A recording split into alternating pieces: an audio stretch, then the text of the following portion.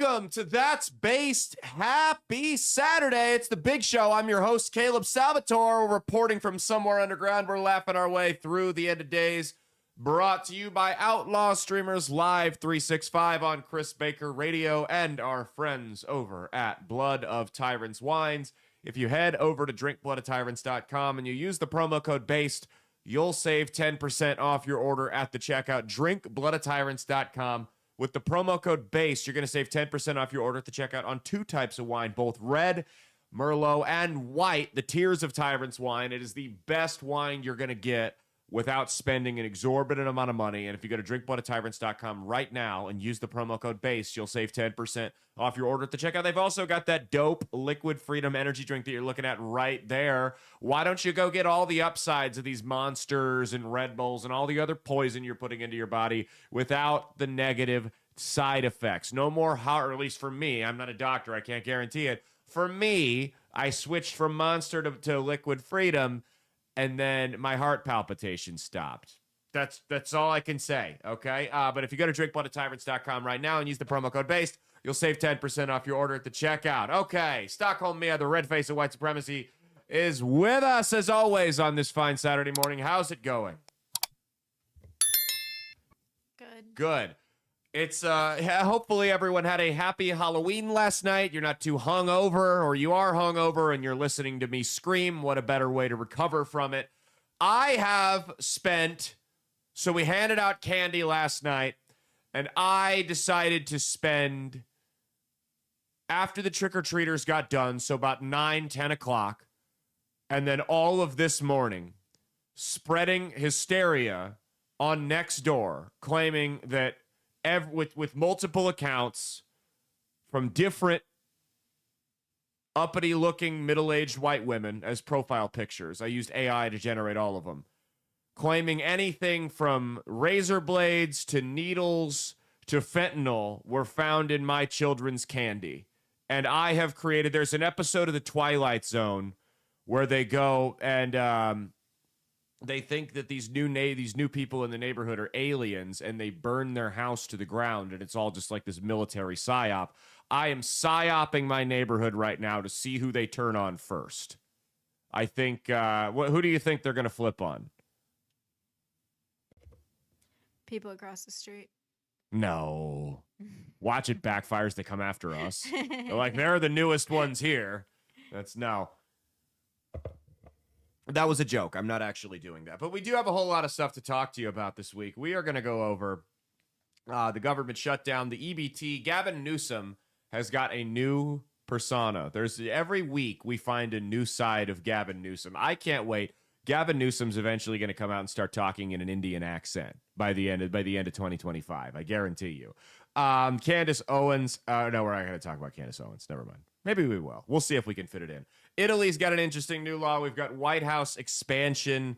The Democrat Party in Delaware and Maine is just absolutely falling apart. Obviously, in Maine, we had the Nazi guy a couple weeks ago, and now we've got some more horrible news. And then Venezuela and the United States appear to be on the brink of, I wouldn't call it a war, but some type of military conflict. I don't know. But before we do any of that, we're going to get into the current state of the left. Excuse me, it's ma'am. All right, this week on the current state of the left, we've got 3 new contestants for everyone's favorite game. Which liberal most belongs in a mental institution?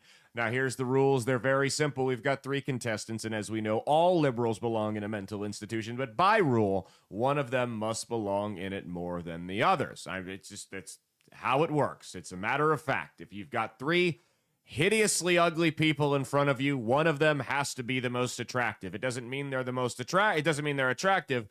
They just happen to be more attractive than the other 2. This is the same thing here. We're going to figure out which one is the craziest. You drop a comment on YouTube, Rumble, or the That's Space with Caleb Salvatore Facebook page, or the group where you can interact with me directly and let us know who you think it is. Okay, we've got our first contestant here. Mia, take us away.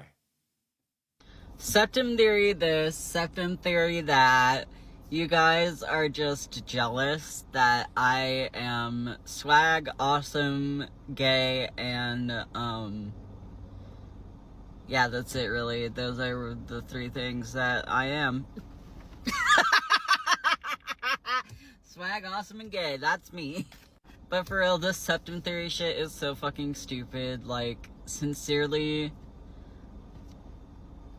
Like, where are we? There are so many more important things to talk about here on this fucking app right now. Like, if you're commenting septum theory under my posts, I'm blocking you. Mia, do you know what the septum theory is? I guess I should provide context.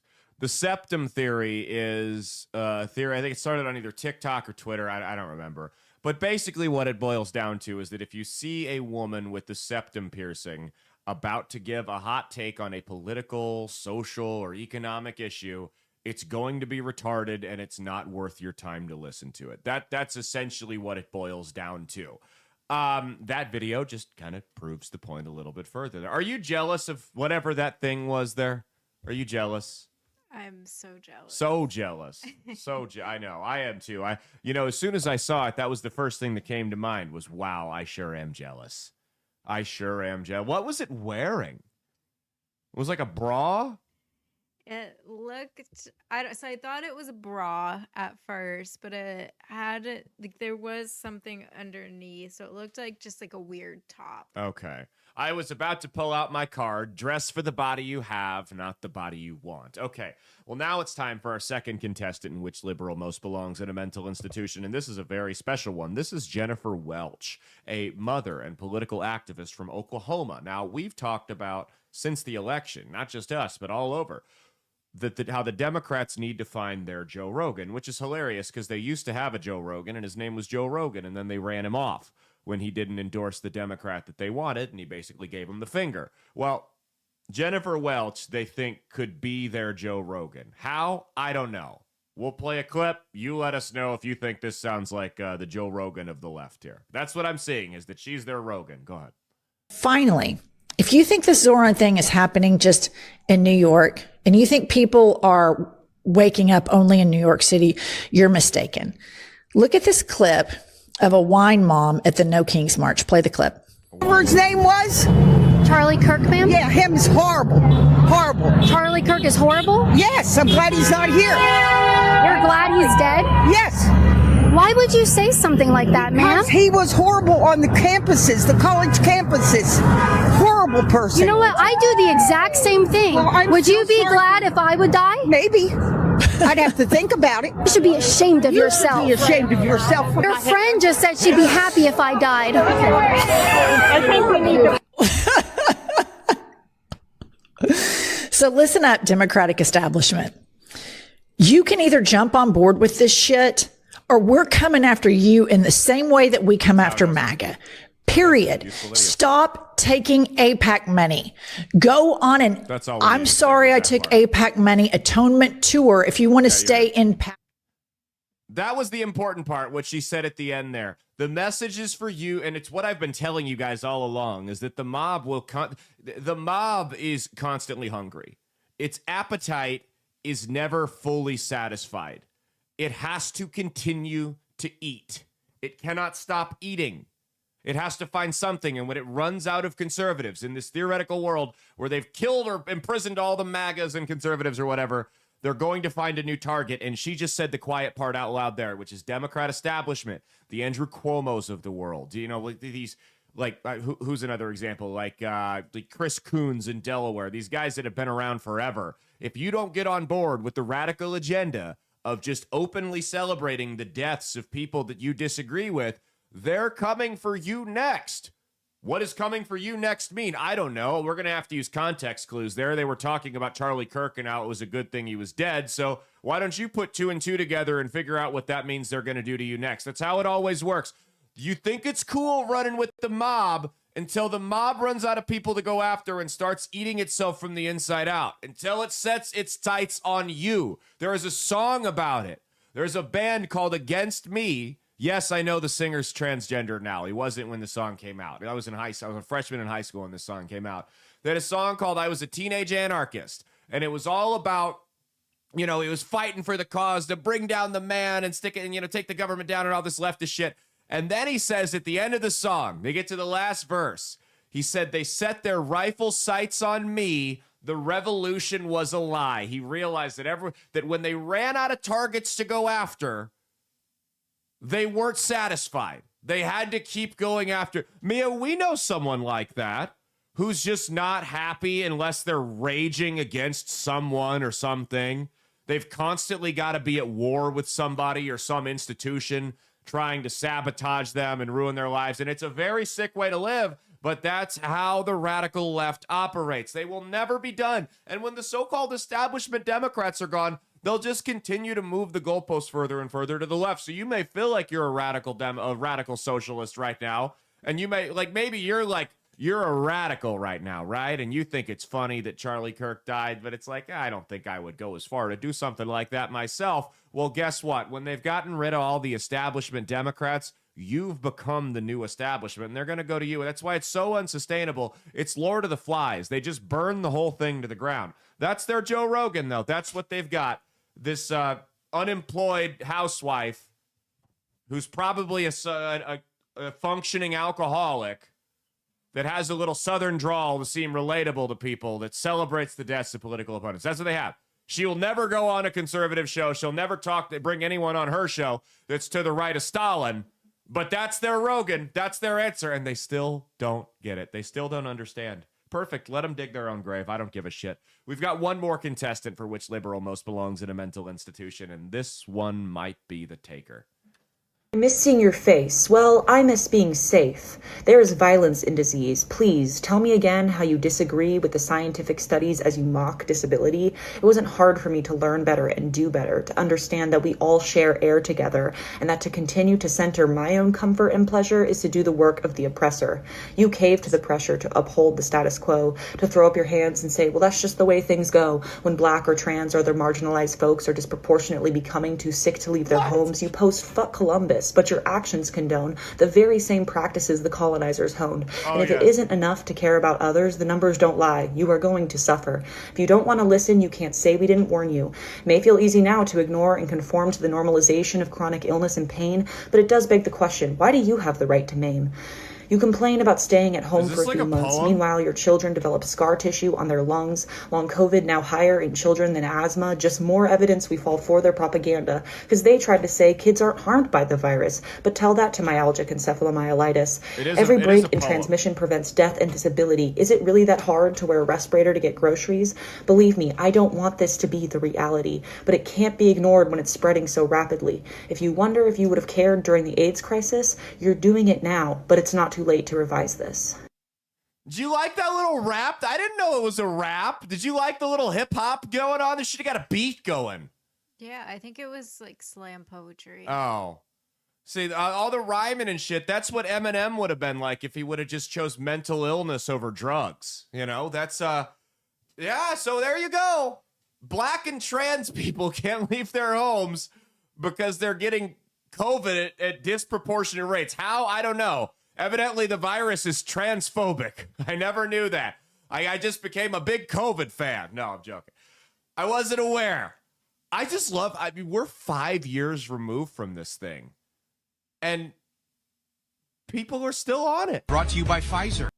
We're 5 years removed from this thing. And what's hilarious, you play the Pfizer clip, but what's hilarious is that's the type of person that's going to go on social media, because you know they don't leave their house. And you know what I really think? I think this is an excuse because nobody invites them to anything. That's really what I think. All these people that are still hooked on COVID, they never got invited to anything anyway because they were insufferable pricks and nobody wanted to be around. So they've now found a convenient excuse to maybe feel like they've got some type of moral high ground for not getting invited to shit. And like, oh, I can't leave my house. Well, even if you did want to leave your house, you wouldn't go anywhere because nobody wants to be around you. But what's hilarious about these people is they're the ones who will hop on social media and tell you that you're a grandma killer if you don't get the vaccine. But then somehow we still need to lock down. The vaccine works so great and they're on their 15th booster, but we still need to lock down. What? Somebody explain why. How does that work? I mean, I do appreciate the masks, though, because prior to COVID, if I saw somebody in a mask, it was really strong in Asian cultures. It was the polite thing to do. If you were sick, you would wear a mask out if you're sniffling or whatever. So prior to COVID, if I saw somebody in a mask, I would just go, oh, that person's ill. And now after 2020, if I see someone in a mask, I just go, oh, that person's mentally ill. So it's a good indicator. Both of them are good indicators that I should just stay the hell away from you, but for different reasons. All right, Mia, which liberal most belongs in a mental institution? I'm torn between the first one and the last one. Me too. I'm going to go last one and then the first one. What's that? I'm going to go the last one and then the first one. I think the mask girl needs to go in a mental institution. Yeah. I think if you're still wearing a mask in 2025 and you're not doing it like because you're sick and it's out of a courtesy, I just don't want to get someone else sick, or you're not like an old person with cancer, you're like 27 years old and just a pussy. Yeah, I think you should go in a mental institution. That's all there is to it. I agree. Know, you hear that all immunocompromised, those with pre-existing conditions. And then you look at the quote unquote pre-existing conditions, and 75% of the time they're just fat. Like, no, I'm not going to stop living my life. I'm not going to put a diaper on my face because you won't go to the gym, because you don't. So I'm supposed to care more about you than you care about yourself. You don't care enough about yourself to start eating healthier and exercising and moving around. So I'm supposed to pick up that burden and care more about you than you care about yourself by not going out or by wearing a mask. Go fuck yourself, dude. If you don't care about you, I don't care about you. That's how we're operating in 2025 going into 2026 here. Okay, that's been current state of the left. We'll be right back with Store Brand TMZ. All right, and before we get into Store Brand TMZ, we got a word from our sponsors over at Hot Salt. Hot Salt's a combination of Mediterranean sea salt, scorpion pepper, Carolina Reaper, and ghost pepper, and it goes great on everything. And if you go to firecracker.farm, not .com, .org, or .net, firecracker.farm, F-A-R-M, and you use the promo code BASED, B-A-S-E-D, like the title of the show, you'll save 10% off your order at the checkout. Hot Salt is made right here in the good old US of A on a family farm with love, and it's the last seasoning you'll ever need. Firecracker.farm. With the promo code BASED, you're going to save 10% off your order at the checkout. Ladies and gentlemen, you don't want to look like that girl in the first video we showed you. That big, fat, I don't even know if that was a girl, that thing. You don't want to look like that. Okay? And one of the easiest ways to cut back on calories, I'm talking you're going to save 100 to 300 calories per meal, is if you replace sauces with seasoning. How would you like to cut out, shut up, I'm doing an ad here, I'm trying to pay our bills. How would you like to cut out 150 to 250 calories per meal? You could drop so much weight, and if you only could find the perfect seasoning, well, boy, I've got it for you. Hot Salt, firecracker.farm with the promo code BASED, the last seasoning you'll ever need, according to me. That's not their motto. I'm just telling you that. Please don't sue us. Firecracker.farm with the promo code BASED. You're going to save 10% off your order at the checkout. Okay, it's time for Store Brand TMZ. Justin Bieber! Before we do Store Brand TMZ real quick, maybe I should change it with how dirty the name of the segment, with how dirty TMZ's been lately. I do want to say something. I appreciate the people who have reached out to me and told me that I should be the one taking over the slot from 9 to 11 on 1110 KFAB. I appreciate you guys that have told me that. I like the vote of confidence. If you guys didn't hear, Gary Saddlemeyer stepping down, he's retiring, kind of half retiring, and Scott Voorhees is sliding into that segment or that slot. I really appreciate you guys to reach out to me. But and you know what? Here's my thing. Full disclosure, if they offered me the slot today, I'd take it yesterday. Okay? However, we've got to be realistic here. We've got to be realistic. The climate is right for them to bring Chris Baker back, and they haven't done it. They didn't do it when Ian Swanson left. If they're not going to bring Chris back over, Mia, would you say this is a fair assessment? The tweet that they fired him over was mild compared to what we say on this show about 30 times per episode? I'd say it's like PG. Yeah. PG, drop your kids off at the theater and don't worry about it. Yeah. Compared to, now, of course, if I were on the radio, I would tone it down, obviously. I'm capable of toning it down. But we got to be real, guys. It wasn't 11. I can't really go into details, but if they haven't brought Chris Baker back, they're not going to hire me. That's just the reality of it. There would have to be a major shift in leadership, not at 1110, because that's not where the problem is, but above them in the corporate offices thousands of miles away. That's all there is to it. I appreciate it. Keep going to the Facebook page and spamming, telling them to make me. I don't care. Do that.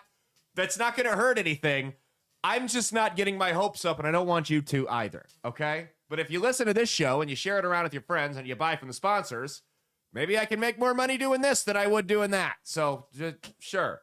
All right.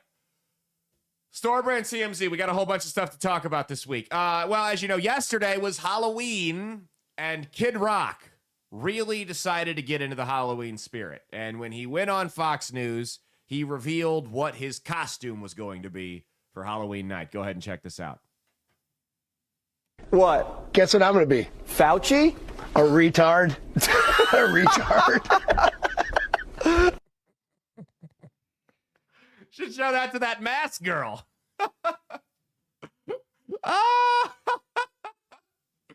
I wonder what she would say about that. That one caught you off guard, didn't it? Mia's cracking up off camera. I'm kind of retarded. All right, this next one. So you've got what are the VR things called now? The headsets. It used to be an Oculus. Now it's Oh, I don't know. I just know the Oculus. like a meta. It's all Facebook owns it. You put the big white thing on your head, and everybody has one, and they've used it like 3 times. I think they're kind of cool. I don't. It's a whole like. Here's my thing with the Oculus, right? When I play my Xbox, I press a button.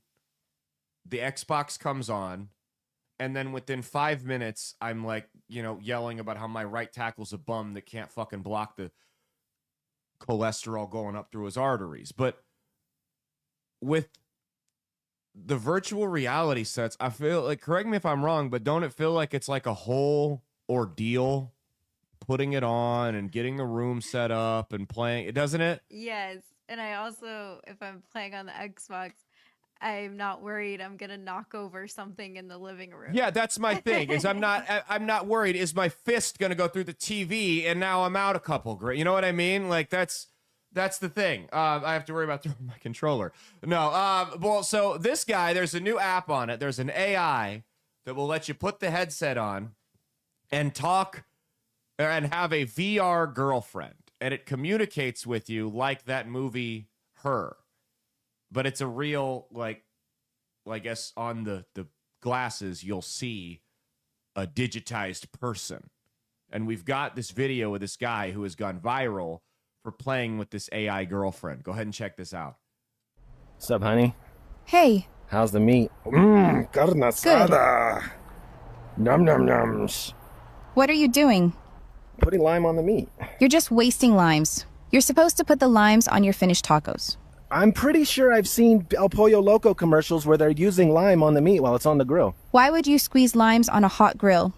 It just evaporates. Okay, so it's just a myth, huh? It's Mexican folklore that you use lime on carne asada while it's on the grill? That's not a thing? No, that's not a thing. They literally have lime on the packaging. And is the meat on a grill? It's not it is cooked already, but they're bad. Fine. I'm putting lime on my part of the meat, and yours won't have any lime. You'll just have bland carne asada. I will add the lime to my finished tacos. Well, fine. You do it however you want. I'm gonna watch baseball. My favorite part is how it nags at you like a real human woman. This AI stuff is getting a little too close to home for me. No. What's your take on that? How do you feel about the AI girlfriend, the AI VR girlfriend? Now it's not just ChatGPT that you're pouring your guts to. You can get a real 2-dimensional woman to nag at you and tell you to change your shirt before you go out to the restaurant that it took her 45 minutes to pick. And, you spitballed off 7 different ideas because you both made the agreement that you were going to try new places, and she said no to all of them, and now you're just going to Texas Roadhouse for the 18th time this month. What's your take on the VR girlfriend? I don't know. I'm feeling kind of personally attacked right now. It's weird. Isn't it goofy? Yeah, like you said, I want to know what his neighbors think. Yeah, what are the neighbors thinking? This guy's got glasses on, yelling at nobody. Also, it's kind of weird how it's like partaking in the conversation. Yeah. Too. Like Yeah, it it knows talks back to you. exactly what's going on. Yeah, And you're it's talking not to- like a set amount of responses. Yeah. You know? Well, it's like you're basically talking to Chat GPT, but it's got a body. Yeah. I mean, a digital body, but still a body. Do you think it lets you O.J. Simpson her? Or no? Do they not have that mode? Probably not yet. No. They're working on it. No. You think it lets you like get freaky with it? You know that happens. Like, you know that happens. Okay, what else we got? Oh, we got the Rabbi butt plug. I don't know about all that. That's okay, yeah. So next up, we've got for Store Brand CMZ, the console wars are over. Now, if you grew up in the 2000s like I did, this is basically your ceasefire between Israel and Gaza. Hopefully it doesn't get violated. So for the longest time, PlayStation had their games, Xbox had their games, and, you know, there were some that intermingled, but like games like Halo, you could only get on Xbox. And they just announced that for the first time, starting next year, Halo is coming to PlayStation with cross-platform play. So not only can you now play Halo on your PlayStation, but you're going to be able to play with people on their Xbox, which is something that we were clamoring for generations. Not generations, but years when I was a kid. And these tweets came out. Pull up the first one there. Or there's just two of them. I'll read the one on the left. GameStop issued an announcement. GameStop declares the console wars over. And then the Trump administration took credit for it. They said because they've gotten 8 ceasefires this year. Wars they've prevented, said number 9, President Trump presides over the end of the 20-year console wars. And then GameStop quote tweets it with Trump and Master Chief, the main character from Halo, shaking hands in the Oval Office. Don't you guys love this administration? The trolling that we get. Do you think you would have gotten this from Kamala Harris? No. Not a chance. No, she would have been too drunk to know what the hell was going on half the time. Kamala Harris is the wine ant that ruins your game system because she spilled her booze on it. She tripped over it and spilled her booze. That's Kamala Harris. She wouldn't have known what the hell was going on here. Now, of course, Trump didn't have anything to do with it. It's just funny to joke about. We've got... Who says the president can't have a sense of humor? Why does the president have to be this stick-in-the-mud, super serious politician-y guy all the time? No. Let the president have a sense of humor. Let the administration tell jokes. I'm not a fan of everything those accounts tweet. I think some of the DHS and ICE tweets do actually get a little ghoulish from time to time. I'll be totally honest with you guys. But I don't have a problem with that. I don't understand how people can get upset that they made a joke about it. Get over it. Next up, Barstool Sports. Barstool Sports. They have a podcast on Barstool Sports that evidently nobody listens to. I looked at it as like less, and considering we get banned from YouTube like every other week, they have less YouTube subscribers than we do.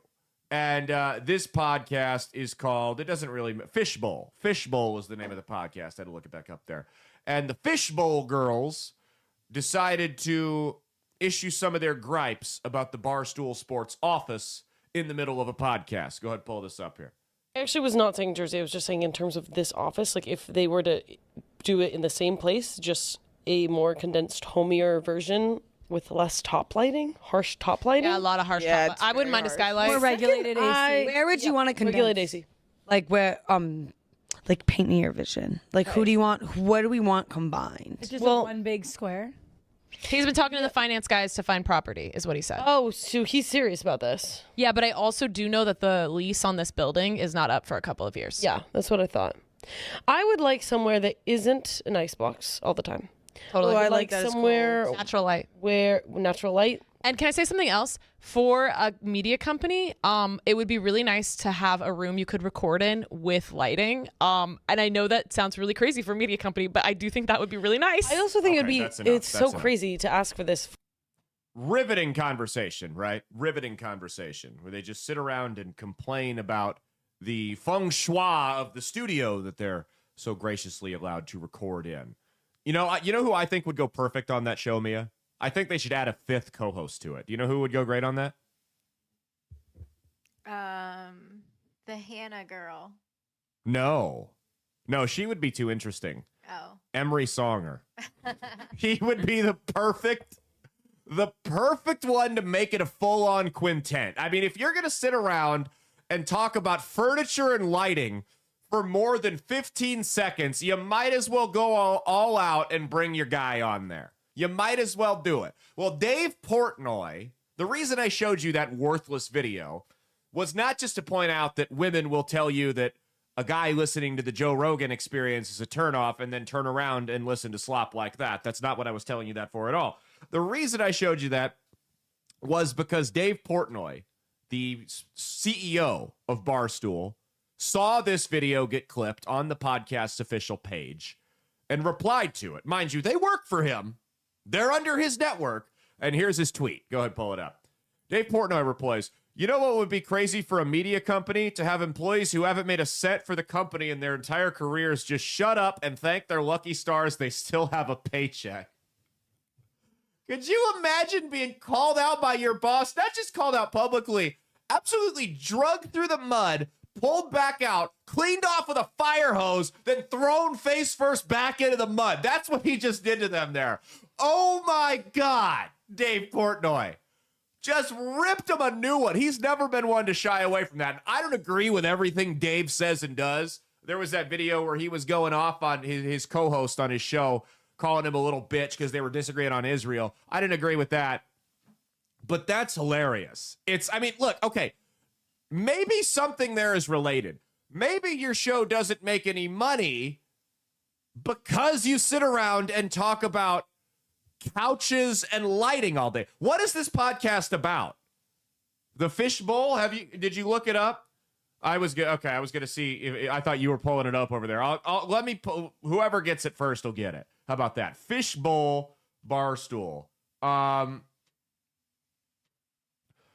Hosts Maddie, aka Mooby, Jackie and Kelly, aka Smelly, Caroline and Gia. Oh my God, how many hosts do they need? Will write down every random thought, idea, opinion, etc. they have throughout the week and put them into a fishbowl to talk about live on the air. New episodes every Tuesday. So that is the show. That wasn't just like a clip taken out of context. That is the show. That's what they do. They ramble. And then, look, Dave, I don't know how much you can bitch about it when you're the one funding this crap. I don't know what you can say there, man. How much room do you have to complain? I bet he's just looking for another caller daddy. Oh, he 100% is. Yeah, he lost that. He's looking for a caller daddy, and he's not going to find it. So he might as well go all out and hire Emery Songer. That's all I'm saying. Okay. Let's see. We got 2 more here for Store Brand TMZ. So we watched the Ed Gein documentary Monster on Netflix. Now, there's a couple of these. There was one about the Menendez brothers, and there was one about Jeffrey Dahmer. And the Dahmer one was the first one, right? Because I remember around this time last year, we were covering the Menendez brothers one. And I told you exactly what I'm about to tell you in a couple of seconds here. But so we watched it. And as we're watching this, about halfway through the first episode, I'm like, oh, the trannies are going to be up in arms about this one, which, is better than up on the ceiling fan, I guess. So it's a step in the right direction for them. But they're going to be up in arms about this because Ed Gein was a cross-dresser. Now, Why do you keep calling me Bill? He was Bill. Turn it into Lenore. But so I Googled it. I Googled Monster Ed Gein transphobic, and sure enough, it's just, because I'm old, I don't use ChatGPT, I use Google. Sure enough, it's just riddled with it, right? With talk about how it's dangerous for trans women and blah, blah, blah, blah, blah. Here's the thing, guys. Nobody, and I mean nobody, that watched that series, Monster, the Ed Gein story, saw that, got done with it, and went, man, I got to go beat the shit out of the first troon in sight. That was the response, the reaction of absolutely nobody. Nobody in the audience in this supposedly horrible transphobic society we live in watched the Ed Gein biopic and went, I got to go beat the shit out of a trans woman. But what? Oh, no. Continue. But evidently, a whole bunch of trans women saw a necrophiliac serial killer who wore his victims' skin as costumes and went, this is clearly about me. That's the divide right there. If maybe the problem isn't people's reaction to it, maybe the problem is that you relate to that guy. Have you considered that? What were you going to add? I was going to say that show is more dangerous to people like me who they try to manipulate and like humanize him. Yes. So that show's a lot more dangerous to people like me who was crying in the last episode when he died. And then you found out it was all a lie. Yeah. And that's actually the bigger point I wanted to get into. So we see, and I had a post on the show's Facebook page about this because it was on my mind fresh and I wanted to write something real quick. And, but we see this every year, it seems like now. And it's not every serial killer biopic, right? You'll see, like the John Wayne Gacy one did not humanize him. They did a good job with that one. Is that a Hulu? Peacock. You don't have your mic. Peacock. Oh, okay. That one wasn't as bad. But we're starting to see more and more of this, where they will take someone who did something bad, who killed somebody, and they will try to humanize them. We saw it first with Gypsy Rose Blanchard, then they did the Menendez brothers, and now we're seeing Ed Gein. And it seems like every year they just slightly up the severity of what the person did to see just what they can get you on board with. I said this a year ago. I said, I don't like this Menendez brothers thing because it's all a psyop to see what they can get you on board with. What can they get you to go along with in terms of what you'll justify, in terms of how can they gaslight and manipulate you? Because that's the thing. It started with Gypsy Rose Blanchard and people made the excuse, well, her mother was abusive. She had no choice but to lure that mentally handicapped guy that she met on the internet down to her house, provide him with the weapons, and then come up with a premeditated plot to kill her mother in her sleep. She had no choice but to do all that. And then we get the Menendez brothers, and their parents were abusive, but there was a little bit more gray area on the Menendez thing. And now here we are at Ed Gein. What they're doing is they're graying the line. They're blurring the line of when violence is excusable or even downright acceptable. And that's not stopping at media because, like I said, it goes one step further with each series, right? Like I said, it was Gypsy Rose and then, someone who had an abusive parent. And then now we're at a point where they're trying to humanize a chainsaw-wielding necrophiliac. And it worked. It worked. People all over the country felt bad for Ed Gein. And that bleeds over into our politics. If they can get you to gray the line on when violence is acceptable with serial killers, you're damn right they're going to get you to do it with everything else. Look at the Charlie Kirk thing. That's a perfect example of it. Gypsy Rose was justified in killing her mother because her mother was abusive. Ed Gein was justified in being a serial killer because he was schizophrenic and his mom was a bitch. So was mine. I'm not a serial killer. But now, Charlie Kirk is the shooting him was justified because he was right-wing. He was a fascist. He was pro-gun. Do you see how this works? Do you see how they just continue to tiptoe slowly? You give these people an inch and they take a country mile. This is a mass media psyop, 110%. There's no doubt in my mind. This is the furthest it's gone with the Ed Gein thing because it's like, at least with Gypsy Rose and the Menendez brothers, there were some elements of truth to it. They lied. Go back and watch the series and then go look it up, right? They lied about so much shit in this series. So much shit they just made up in this series. He didn't help them catch Ted Bundy. His girlfriend, or he didn't have a girlfriend. He wasn't as slow as they made him sound. His mother wasn't as bad as they made her sound. There were some elements of it that were just totally fake to make you feel like Ed Gein was just misunderstood. And that's the game plan. You know, you're sitting there at the end and they made it seem like he was remorseful of his crimes. He never once expressed remorse for what he did. Look it up. I did afterwards. I'm watching it. I'm like, how much of this is true? And then I turn out, it's like 70. It's like, not 70. I'd say about 40% bullshit. All of this. That's what this is about, guys. If you watched that series and you found yourself sympathizing with Ed Gein, that means the PSYOP was working. Now, I hope I just woke you up to it. But at the end of the day, you need to reevaluate, and we need to be more considerate with the types of media we consume, because this is going to become more and more prevalent. We have elites that are pulling the strings in this country that want to encourage violence. They want to see more division. They want to see more chaos and anarchy. And the best way to do that is to get you to blur the lines of when violence is acceptable. And that's what they're doing right there.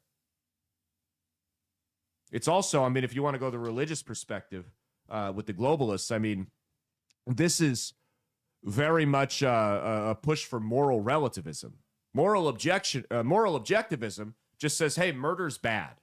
Moral relativism says, well, the context in which the murder occurred matters. That's the difference. Moral objectivism is a strictly Christian or Judeo-Christian belief, right? It comes from, hey, God created the universe. God has decided what's right and wrong. It is objectively wrong to kill somebody. But when you go to the secular belief of moral relativism, you go, well, you know, that Charlie Kirk guy, he got shot and that's illegal and wrong. But did you hear what he was saying on those YouTube videos? Maybe he had it coming. That's moral relativism.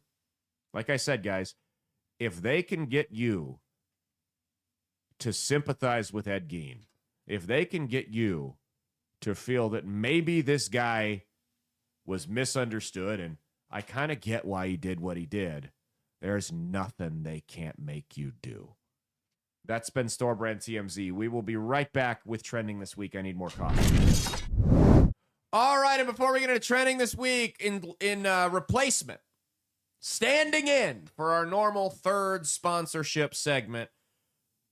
As we all know, Halloween ended, which means today officially marks day one of the giving season. 2 months, 61 days. I have to stop acting like a greedy, selfish prick and start pretending to have a soul. I'm kidding. But our producer, Tim, who owns a company that sells, aside from doing this, he owns a company. They sell all kinds of dope shit. But they've got a TikTok channel, and on that TikTok channel this year, they are raising money to buy Thanksgiving dinners for multiple families in the Omaha metro area. Now, his goal is to get 4, but I think we can get way more than 4 families' Thanksgiving dinners paid for. I bought a whole family a dinner today. I sent him money for it, and the good news is you can help out. If you send him a Venmo payment, I don't care if it's $1 or $100, at Chatter Gnome, ChatterGnome. Again, that's ChatterGnome on Venmo with Thanksgiving donation on it. You can help put food on a family's table. We're going to talk about EBT and all that stuff going away, and you've got families that are federal employees and they haven't had a paycheck in a month now, and things are just kind of shitty for people. So, you know, and plus it's the giving season. Like I said, you're supposed to be helping people out this time of year anyway. So if you guys can do that, send him how any bit helps. Chatter Gnome, ChatterGnome. They're going to see how many Thanksgiving dinners they can buy for families in the area. You'll see my name on the Venmo. If you don't see my name, having sent him one with a turkey emoji on it, you're on the wrong account. Don't make some random guy's day by sending him money. Don't do that. But yeah, so go help him out. It costs surprisingly less than you would think to buy a meal for an entire family, which is why I think we can beat the shit out of his goal. Okay. All right, trending this week. We're going to talk. We've got a government shutdown update. It will be longer than last week's government shutdown update. The government is still shut down, yes. It's not, they haven't opened it back up. We are rapidly encroaching on the longest government shutdown in the history of this country. The money's not going out, but, somehow, Mia, they still can take money out of people's paychecks. How does that work? How is it shut down if they can still take people's money? That's, what I found out today? They actually set the money in like an interest-bearing savings account, and they just let it sit, the money that they're supposed to be spending. So at least they can do something fiscally responsible. They should just copy Nancy Pelosi's stock trades with it. We can pay the national debt off overnight. But so it's still shut down, and there's this big fight over healthcare. So basically, we've talked about the illegal immigrants, and there's disputes on both sides about how much merit that is to it, whatever. But the big debate right now is subsidies from the ACA, which some of you may know as Obamacare. Now, those subsidies were originally set to expire in 2022 when the law was passed. They gave subsidies if you got your health insurance through the Affordable Care Act marketplace. So if you're listening to this and your employer provides your health insurance, your insurance largely won't be affected by this. But if you're someone who goes through the ACA marketplace, this could significantly hurt you either way. And unfortunately, this was reckless. This isn't Republicans' fault today, and it's not Democrats' fault today. This was the fault of the people that passed this monstrosity of a bill over a decade ago when it first came out.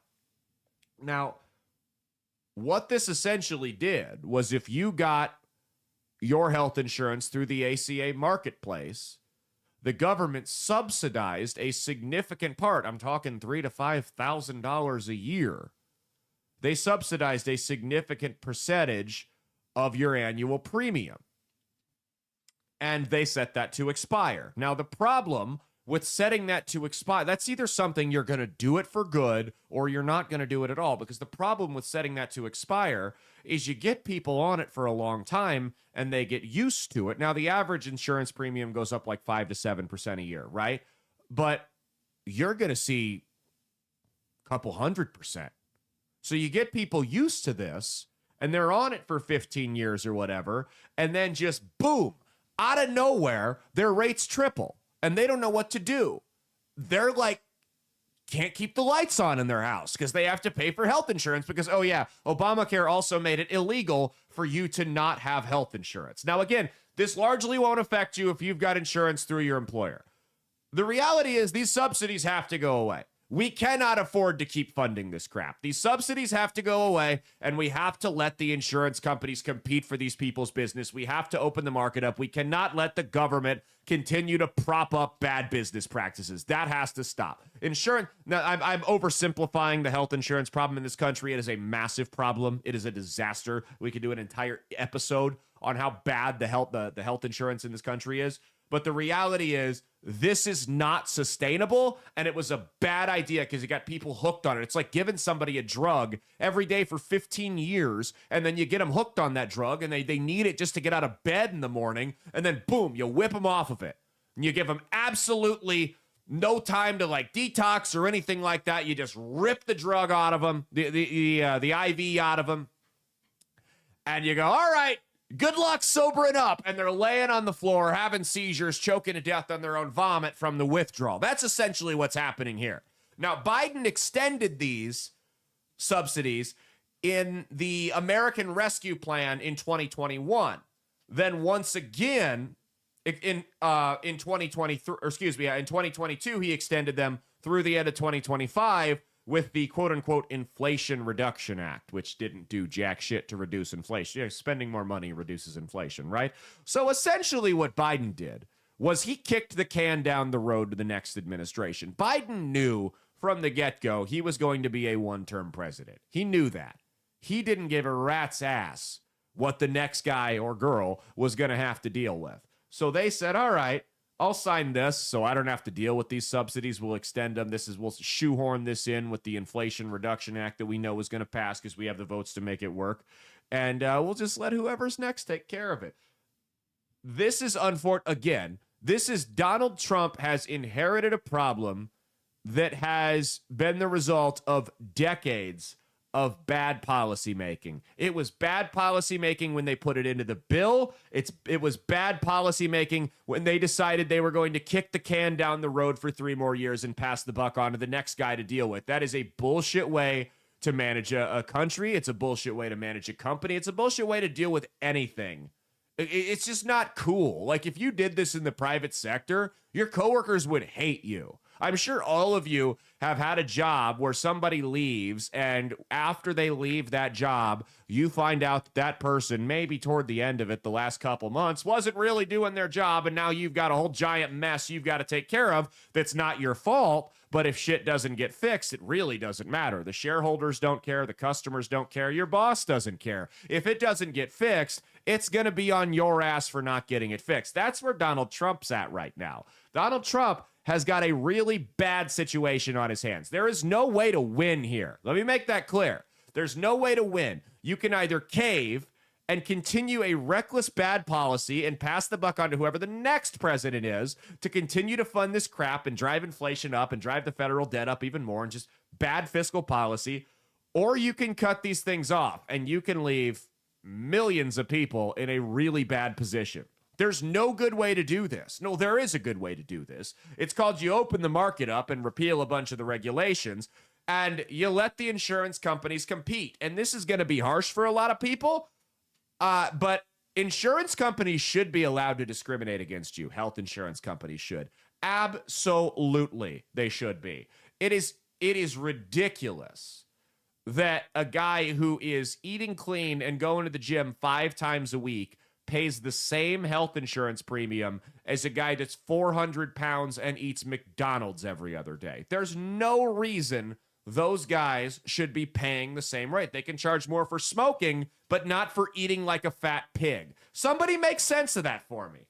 So while all this is going on, you've got federal employees who aren't being paid. You've got EBT is set to expire, and we'll talk about that a little bit more in the next segment.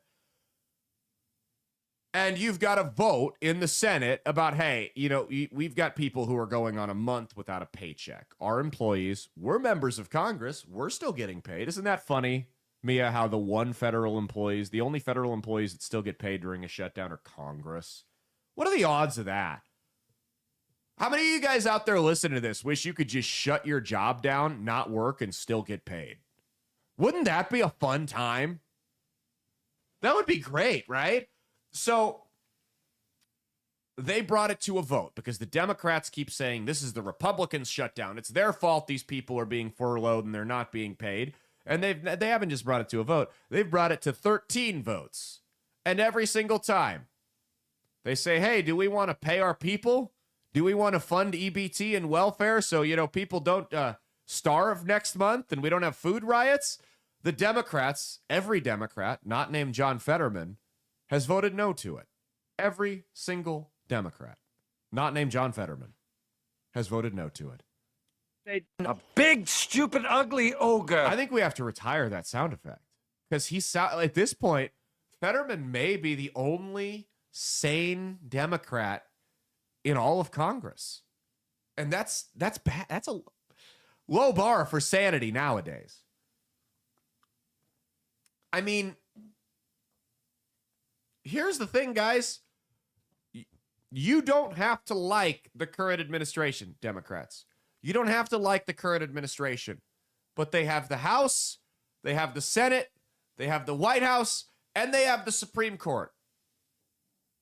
The longer this goes on, the more the Democrats' approval rating continues to dip because people aren't buying the bullshit anymore. They say the Republicans have the Senate. Why don't they just kill the shutdown now? Well, you have to get 60 votes because they have to kill the filibuster. You have to overcome the filibuster. You don't need a simple majority to overcome the filibuster to fund a continuing resolution. You need 60 votes. They don't have 60 votes right now.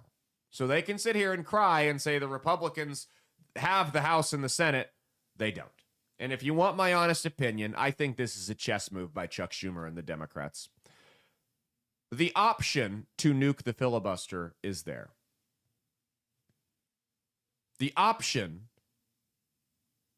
to say, we're not doing the filibuster thing for this. 51 of us are going to vote yes, and we've got the majority, so go fuck yourself, is there.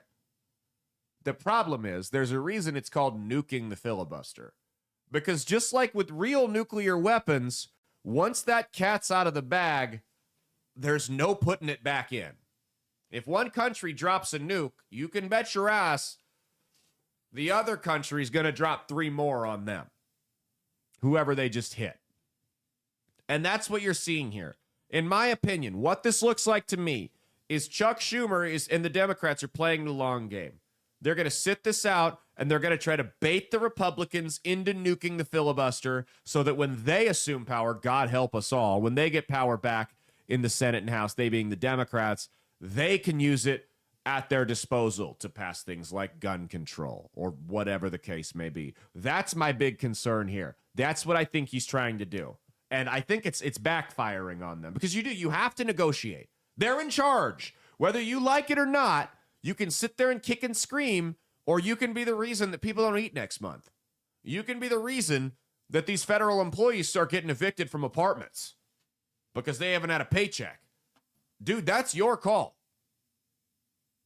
I mean, at this point, I'll be honest. This isn't the longest shutdown that we've had. The longest one was 2017 under Trump.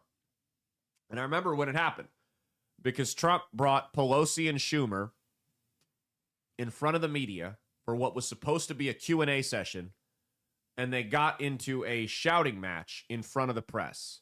And it was actually good because the shutdown ended shortly after that because everyone aired their dirty laundry out, and we all got to see the real raw behind-the-scenes shit of how it worked.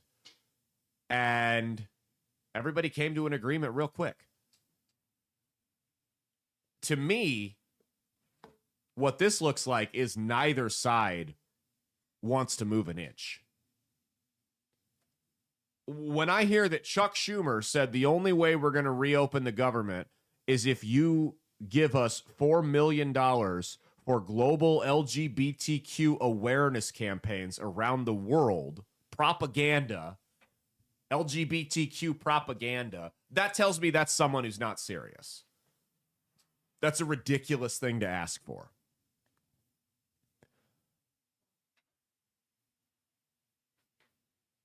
I don't know.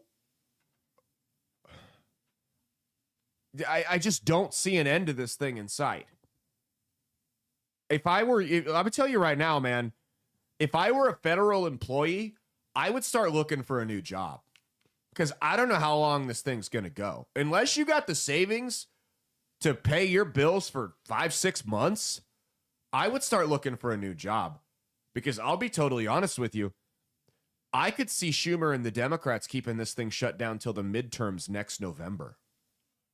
I could also see it ending next week because that's how shit works. We live in a 7-hour news cycle. But I would not be surprised. Right now, I don't see either side willing to give an inch. And I see one side actively sabotaging it and using people as collateral to get what they want. And I just don't see how this ends well. Did I make all my points? All right. Let's go to the next segment here. You're nodding your head. Did you know my points, what they were? Yes. Yeah, you read my mind. Mm-hmm. Okay. All right, let's talk about the next one here. EBT. EBT is in danger. Snap. All the money that people get to fund their groceries that are under a certain income level, depending on the state, is set to expire in November. Now, there's a debate about, because the reserve just ran out. And when the reserve runs out, there has to be a continuing resolution, which doesn't allow it to go empty so that they can refund it. The problem is they can't replenish those funds when the government's not open. Now, there was $5 billion that had been appropriated for SNAP, which would keep it open for about 2 weeks. But the problem is that money was appropriated by Congress in the event of a natural disaster, not a government shutdown. So if there were a natural disaster and you had a bunch of people that were out of work, like a big hurricane or floods or tornadoes or whatever rolls through and just destroys businesses, and you got a bunch of people that are out of work for extended periods of time and they can't find work and they don't want to leave their hometown, that's where that would come into place to supplement that and help make sure they don't starve. Now they can vote to reappropriate those funds, but like we talked about in the last segment, nobody wants to even come to the table right now. So it's looking like this week, you're going to have millions of people that aren't going to have no food stamps. That's going to be gone. In other words, you can finally shop at Walmart again. That was a bad joke. I'm sorry. That's, we got a couple videos. Here's what I want to make this clear. The majority of people that are on SNAP and EBT are not bad people, okay? We're going to tell some jokes that are going to ruffle some feathers in this segment. That's fine. But the majority of the people that are on EBT and SNAP are not bad people. I'm not against the concept of a social safety net. I am against the concept of people abusing it, though. I do 100% support drug testing people that use it. We should not be funded, and that includes alcohol. If you're on any type of government assistance, I don't think you should be drinking. You shouldn't be smoking cigarettes. You shouldn't be taking drugs. You should be using that government assistance to get yourself back on your feet and feed your family. Listen, if you've got enough money for alcohol, if you've got enough money for drugs, if you've got enough money for cigarettes, that's money that could be spent on food for your family. You are wasting that money. In my opinion, I don't even think you should get a card for EBT. I think you should go to a food stamp office and they give you a box, a refrigerated box. Here's your food. Here's your water. Go do what you got to do with it. But I think you should be tested for drugs. I think you should be tested for alcohol. I think cigarettes, all of it. None of it. You shouldn't be. If we are paying for you, if you are accepting SNAP, if you are accepting EBT, if you're accepting any type of government welfare, you are saying, I do not have enough money to provide the basic essentials for myself and my family. Please help me. If you have the money to go out and buy alcohol, you don't need money for food. You can stop buying beer. You can stop buying drugs. You can stop buying cigarettes and use that money to pay for food. If you still don't have enough money, when all the cigarettes and booze and drugs stop, then you can go get some EBT. But not a penny should be spent on any of those mind-altering substances if you're receiving a penny in assistance from the government. Nothing. I fully support that. Now, here's some numbers for you on welfare, on EBT. EBT, the program costs about $100 billion a year. Now, that sounds like a lot, but really in this overbloated federal budget, it's a very small drop in a bucket. It's like you make one mortgage payment on a 30-year mortgage. It really doesn't feel that great. It's $100 billion a year. Now, of that $100 billion that goes out for EBT every year, 62% of the adults on SNAP that are receiving these benefits report not having held a job in the last year. Of the $100 billion, approximately 10% of the recipients are able-bodied adults without dependents. What that means is you don't have any disabilities, you're above the working age but below the retirement age, and you don't have any children. Now, 10% doesn't sound like a lot, but you got to consider that's $10 billion a year that we spend on people who have no kids, have nothing wrong with them, just don't want to work. Of that 10%, 80% of them are unemployed.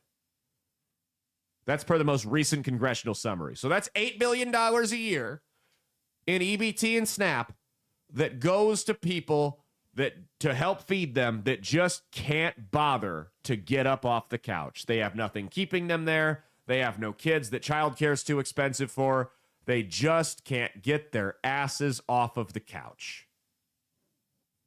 That's a problem. Now, with that said, let me refer you to the expert on all things fiscal policy, Cardi B.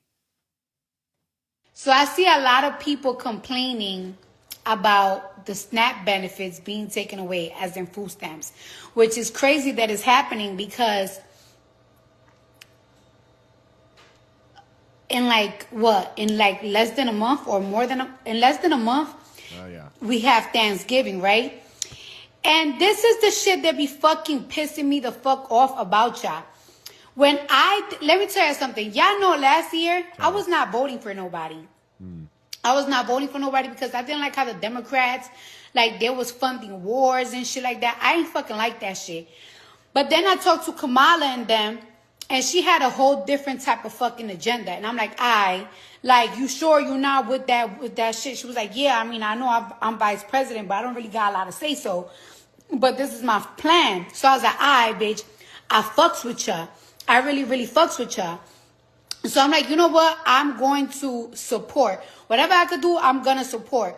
And then y'all was so worried about me doing the speech and me fucking... my teleprompter wasn't working. And then it's like, oh my God. I can't listen to this idiot. I'm sorry. Are her nipples popping out in that So video? I see a lot of people complaining. Oh, I thought, never mind. I thought it was. Why were you looking there? I mean, how the hell can I look anywhere else? When I talk fiscal policy, I just make sure I got, just a bulge, on display. I mean, what the fuck? Okay. So that's going to kick off a whole bunch of different video clips we're going to show you. There's an account called EBT of TikTok that shows the responses from like I said, not everyone receiving EBT is a bad person, but some of the not so good people that have learned their benefits are going to be cut off in the next month or so. Go ahead and check this first video out here. You know what? Since they want to take food stamps away, I'm going to fucking Walmart. I'm going to rank up any damn Walmart, throw this shit right in the basket. I'm coming right about that bitch. Move, get the fuck out of my way. I'm not paying for a damn thing. Y'all got me fucked up. I ain't getting a food stamp on EBT. Oh, watch this. Watch this. I'm about to, it's about to be some bullshit. It about to be some shit. I'm about to go in that bitch masked up. You think it's going to be some shit? Masked up. Bragging every damn off the damn shelf, throwing that shit in the basket, walking clean about there. Well, got me fucked up, boy. It's about to be Thanksgiving, you heard me? And Christmas coming up, and y'all gonna take away nigga EBT? Oh, nah, y'all got the game really fucked up. Y'all got the game fucked all the way up, son. Believe it. Watch this. Y'all think I'm playing? Watch this, you heard me? Watch this. Watch what I do. Watch what I do. Watch what I do. I'm gonna go in that Walmart with a basket, and I'm gonna rack all kind of shit. I'm gonna throw this shit on the basket. I'm gonna walk right about that bitch. Put this in the car. Phew, I'm out of there. I'm out of there. Gone. I'm out of there. Give me free shit or I'm going to get violent and destroy a store. I mean, I don't know, but I feel bad for that guy. I feel terrible for that guy. We're really showing all of this country's greatest scholars on video today here. We're exposing them. I mean, here's my thing when I see this. Because I've seen people saying, hey, if we don't get our EBT benefits, we're going to follow people out into the parking lot at the grocery stores and rob them. And I'm like, that's, number one, a great way to get yourself shot. But then I'm like, no, here's the thing. People like that are going to rob people in the grocery store parking lot, they're not going to go after a guy. They're not going to go after somebody like me. They're not going to go after grown men. They're going to target the elderly and small women because that's what cowards and bullies do. That's who they're going to go after. Listen, it's Saturday the 1st when this show aired. If I were you and I had some grocery shopping I needed to get done, I would not put it off until next week. I would go do it. If you don't get paid till Friday, float it on a credit card and pay it off then. I would not want to be in a grocery store in the next week or two. I don't know. Maybe nothing will happen. I would not want to be there because history has shown us that you can push people pretty far. Varying degrees of far, depending on the context leading up to it. But you can push people pretty far. But when food goes away, all bets are off. I mean, there's stories of people getting lost in the mountains. And after like a week without food, they start eating each other. They start eating dead bodies. Now, fortunately, it won't come to that. because they'll just go to the stores and steal. But I would be careful. Now, here's what this is going to lead to, because there's been a push to get rid of in-person shopping since COVID because it saves the companies money. They don't have to employ as many people, and it helps streamline the process. Watch what's going to happen here. I'm not saying that there's going to be some type of false flag operation, but what you might see is you might see some of these large corporations like Target and Walmart take advantage of this, of these food riots, if you have them. Oh, man, that just, it got real violent at our store in insert liberal shithole city here out of the safety or concerns for the safety of our employees and customers. For the time being, we will no longer allow in-person shopping. Everything must be ordered through an app, and we will have some contractor bring the food to you. And at first, they'll sell it as temporary, just like Walmart did with the no more 24-hour Walmart things during COVID. And then slowly, it'll just become the new normal, quote unquote. And it won't be all of them, but a lot of these big box stores that sell groceries, like Walmart, like Target, are going to transition from an in-person brick-and-mortar shopping style to a full-on Amazon-style warehouse. If there is violence over groceries, if there is rioting, if there is looting, if their employees or customers are getting assaulted in the store or in the parking lot, mark my words, you're going to see large box stores in certain areas, in certain markets, begin to transition to a quote-unquote temporary warehouse-style online-only shopping experience. And you can go pick it up, or they can, like I said, what's that app that you used the other day? Shipped? They'll have Shipped send it to your house. That's what's going to happen here. Rahm Emanuel said, never let a good crisis go to waste. Corporations and government officials are fantastic at milking bad situations to get their ultimate endgame. We saw it with 9/11 with the government. We saw a lot of that happen during COVID, and you're going to see it again here. Okay, let's go to the next clip here. We've got more videos of people just letting you know the quality of individuals that you're funding in this country. Go ahead. I just learned that I don't get to eat this month. I don't get my food stamps this month because a motherfucker in the White House, an orange motherfucker in the White House, wants a ballroom for $3 billion. I don't get to eat. What? My government is supposed to help me, not hurt me. Why is it hurting me? Why don't you help Why yourself? is it taking the money that we have paid into it to give us a ballroom? We don't have a king. Kings need balls. We don't. We're the citizens. We're public citizens. Why do we need a ballroom? We're not invited. That's a king's room. We don't need that. I need my food stamps. I need my food stamps or something's going to happen. Something's going to happen. What do you think's going to happen? Think she's going to buy another cat? Okay, that's another thing. You're sitting here bitching about your free food stamps, and I'm assuming that tattoo on your hand is not the only one you've got. If you've got money for tattoos, you don't need money for food. You've got pets. This is going to sound real harsh. Real harsh. But if you can't afford to feed yourself, you shouldn't have a pet. Period. You should pick. That's real harsh. But believe it or not, pets are a whole lot more money than just food. Believe me, I know. My dog decided, my old dog used to pretend to die like every 6 months. It cost me another $1,000. Believe me, I know. It is a sunk cost owning a pet. And I sound like a dick. How dare you, you monster, separate people from pets. Pets are a privilege, folks. I sound like a dick. I'll take this time to mourn my 2 fish that died the other day. Gruesomely. Yes. Not just floated to the top, but No. no. Gruesomely. Caught in the filter. R.I.P. my fish. Yes, the fish did die. But what's going to happen if she doesn't get her food stamp? That's my thing. I look at people like this. They're going to rise up. How? You can't even rise up before noon to go get a fucking job. How are you going to rise up? When?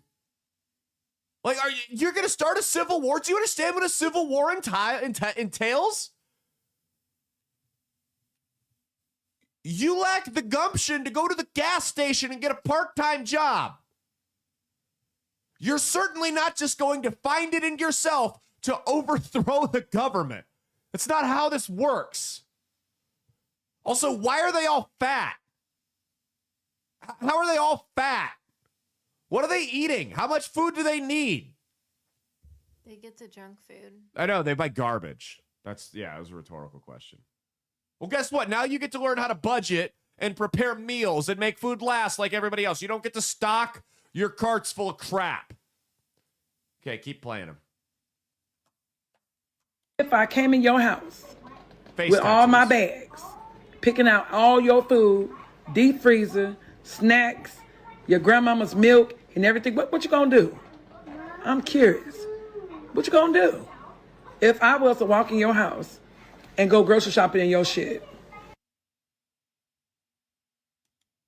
I would shoot you. Next question. That's what I would do. It wouldn't even cross my mind to do anything else. If you came into my house and just started taking my shit, I would shoot you. Yes, and I wouldn't lose any sleep over it. Again, another one with face tattoos. Look, I got tattoos. I got tattoos too. I'm not anti-tattoo. I'm anti-tattoos for people that can't pay their own fucking bills without my help. I mean, okay, think about it this way. What if you're 18-year-old, or like you got a 22-year-old son that moves out on his own, and he's like, Mom, I'm $400 short on the rent this month. Can you help me out? So you give him $400. You don't loan it to him. You give it to him because he's your son and you love him. And you want to be a safety net. You don't want to see anything bad happen to him.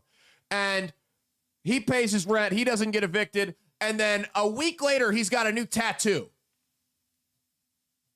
Wouldn't you be pissed about that? No, you can afford luxury items like booze, like tattoos, like video games. You don't get government assistance, period.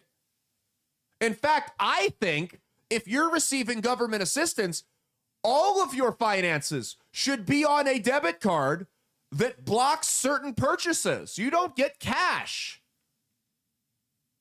You can go to stores, and if you try to spend money on a video game, on a computer that's not work-related, anything, it blocks the purchase.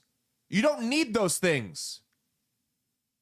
When they started welfare, when they started SNAP, when they started EBT, it was never meant to be a permanent replacement for income.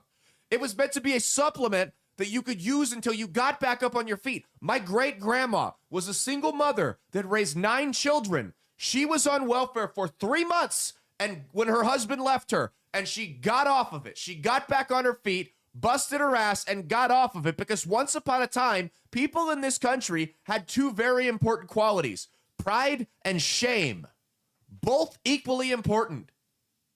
You should have pride in being able to fend for your family on your own, and you should be a little ashamed that you're taking a handout. It doesn't mean it's the wrong thing to do if you're really in a pinch, but you should be ashamed if you continue to do it. If my great-grandma, the single mother who was blind in one eye with her 9 children, could get off of welfare and pay the bills, these people can do it too. It's going to require you to make some uncomfortable budgeting decisions, but guess what? All of us that are listening to the show, myself included, all the middle class that don't get help from the government, we all get to make those decisions every fucking month. And nobody comes to the rescue when we're short. I guarantee you, every one of you listening to this show that's over the age of 21 in the last 5 years has at least one time been short on their money, going to the grocery store or whatever, and had to bounce either groceries or some other type of bill on a credit card until their next paycheck and then pay it off then. Guarantee you that's happened. That doesn't happen to these people. Inflation does not affect these people because when inflation goes up, the government gives them a bump. When inflation goes up, you guys hope that your boss is generous enough to give you some type of cost of living raise. That's the difference. No one comes to any of your rescue They don't have to worry about it. And that's why you see this level of entitlement. People that have been given you see, like with spoiled rich kids too. People that have been given everything their entire lives and never had to work for it have a very, very unhealthy sense of entitlement. And it is damn near impossible to snap them out of it in this lifetime. Damn near impossible. I think we should do this once a year. 1 month, no welfare. Cut them all off, let them figure it out. Hustle for a little bit. It'd be like a snap rumspringer, like the Amish do. Okay, go to the next video. And next week, when millions of people are going to have to resort to possibly stealing in order to feed themselves and their families, and the government complains, because they will complain about the crime rate going up, even though they're the ones who fucking did it. Make sure you point your anger at the system and the people at the top, because they're the ones who took the food away from families and poor people and starving children. The poor people just want to eat. They just want to survive like the rest of us. They just want to keep living like the rest of us. So when you see them stealing, because you will, because they're going to have to, make sure your anger isn't directed at the individual. This goes so much deeper.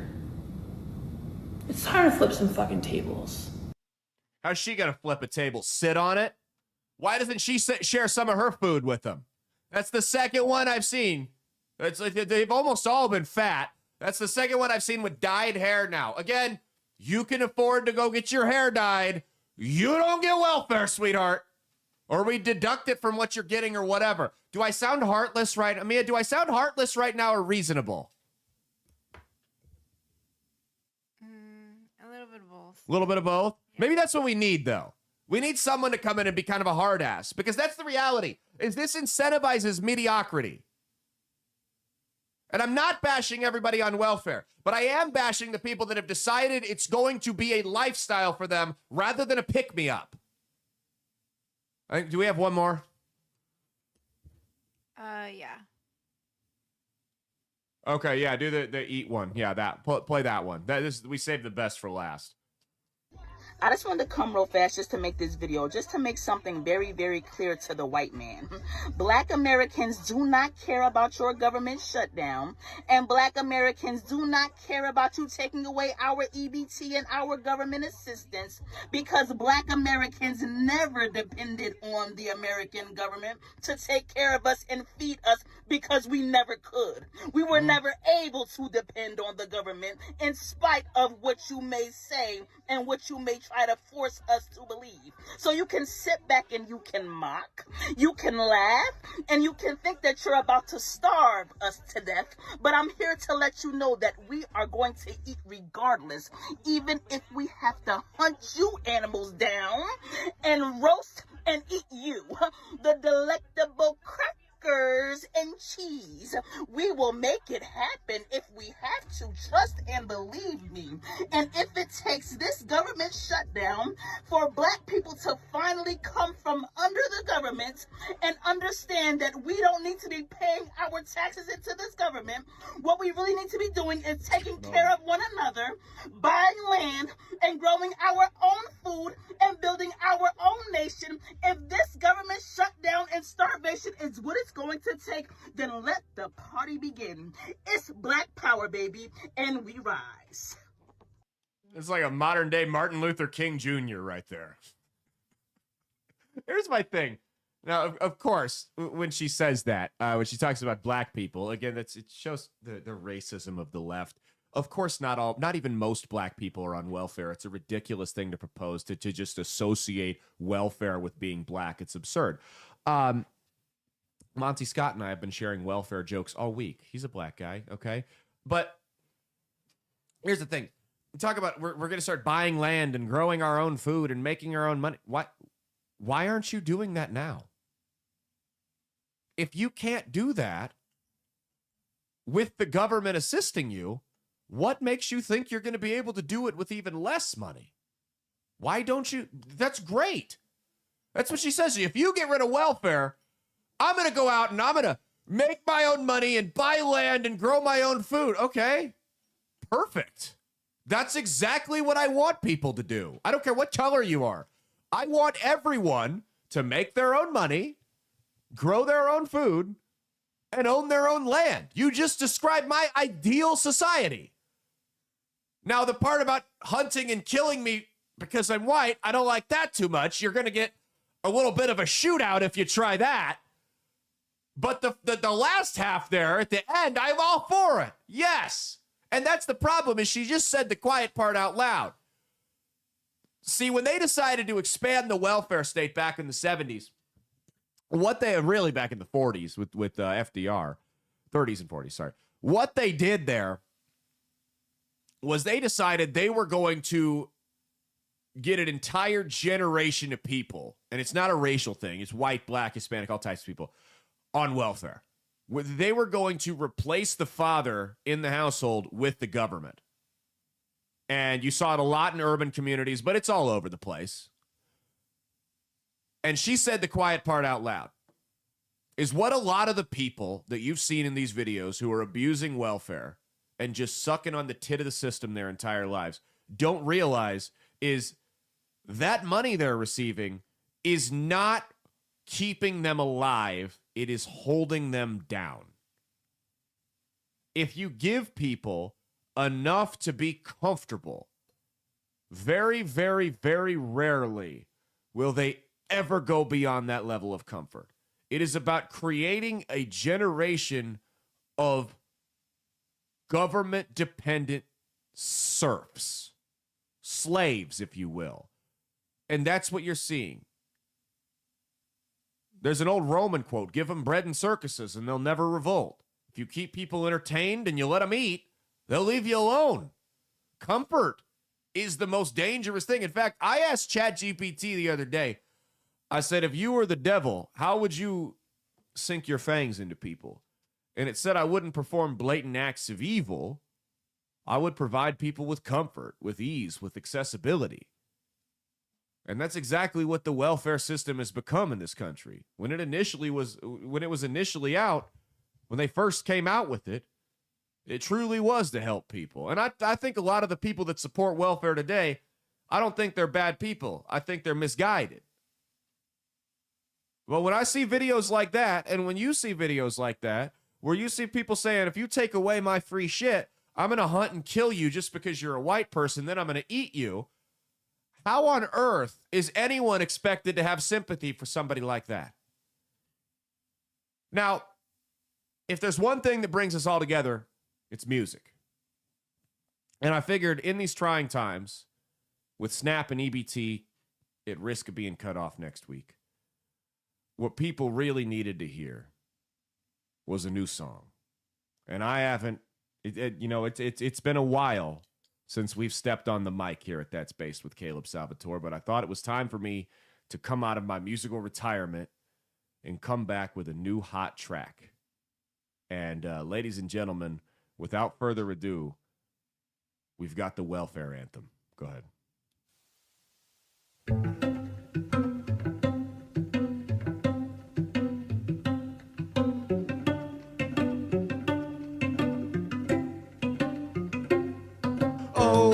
Well, imagine as I'm pacing the aisles at my local grocery store, and I can't help but to hear, no, I can't help but to hear an exchanging of slurs. What the fuck do y'all mean? What the fuck do y'all mean? I have to pay for my own groceries. What a shame. What a shame you have to live like the working poor. I chimed in with the haven't you people ever heard of getting a goddamn job? No, it's much better to face these kinds of things while contributing to society. I chimed in. It's actually quite simple. Just go to Indeed.com or into your local meatpacking house. Lord knows they need help. Well, in fact, I mean, look at it this way. At least now you can lose some weight. Switch lobster with toast and no more champagne. Oh, well, in fact, I really don't feel bad. You have to pay for Marlboros in a new way. No cutting off Busch Light at the casino isn't inhumane.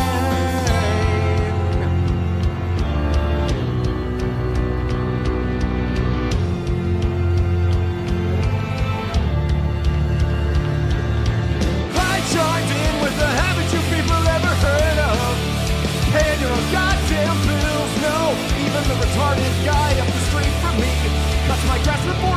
week. I chimed in. Haven't you people never heard of buying booze with your own money? I don't really care how you pick these kinds of things. Just stop abusing. Cheers, Burbling.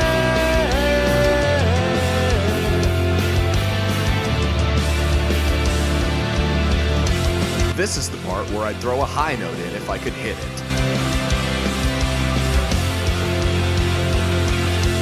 I chimed in. Haven't you people ever heard of getting a goddamn side hustle? You could always just drive for Uber Eats. Nobody's paying for that OnlyFans. I chimed in. Haven't you people ever heard of? I'm spazzing out on the Walmart floor. No, this is why I shop at Target.